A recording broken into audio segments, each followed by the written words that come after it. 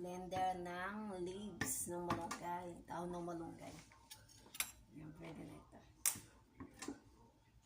Inalagay na natin sa gato. Ayan, pwede na, diba?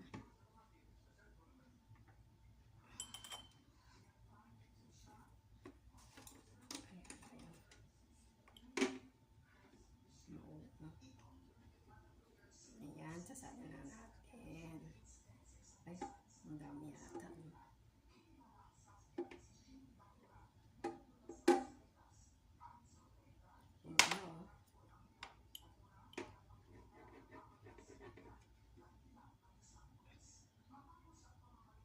Ang galing.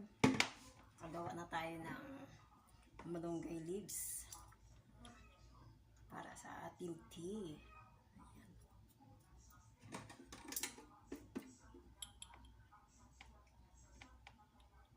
Ayan.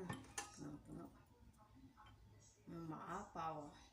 Ayan. Siya na. Pag natuyo yun, ano natin, yung oregano leaves natin, ibiblender natin ulit. Ang dami. Meron tayo maging tea, yung malunggay tea. Ayan o. Nakagawa na ako ng malunggay tea.